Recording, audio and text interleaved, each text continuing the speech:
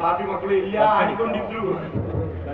ಪೇಟೆ ಹೆಕ್ಕು ಅಂತ ಹೇಳಿದ್ದು ಮುಖ ಎಂತದ್ದು ನೋಡ್ತೀಯ? ಮುಖದಲ್ಲಿ ಎಂತ ಮಂಗ ಕುಣಿತ ಉಂಟಾ? ಪೇಟೆ ಹೆಕ್ಕ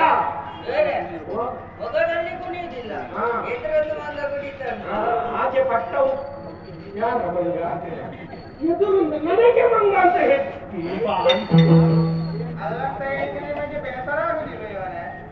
ಹೆಕ್ಕೆ ಕೊಡುವುದಕ್ಕೆ ಹೇಳ, ಹೆಕ್ಕೆ ಕೊಡುವುದಕ್ಕೆ ಹೇಳ. ಕಿವಿ ಕೇಳೋದು, ಕಿವಿ ಆಟದ ಊಟ ಹಂಗಲ್ಲ ಹಾಕಿ ಮಾಡಿದ್ದೆವು.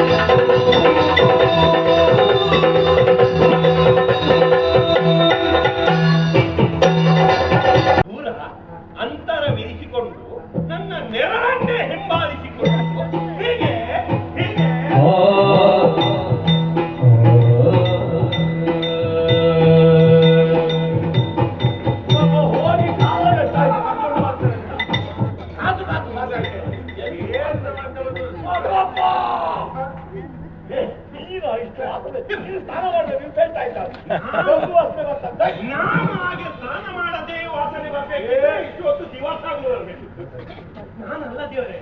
ಅದು ನೀವು ಒಂದಂತದ್ದೊಂದು ಬೇಕು. ನೋಡಿ ನೋಡಿ ನೋಡಿ ಅಲ್ಲಿ ನೋಡಿ ಅಲ್ಲಿ ನೋಡಿ.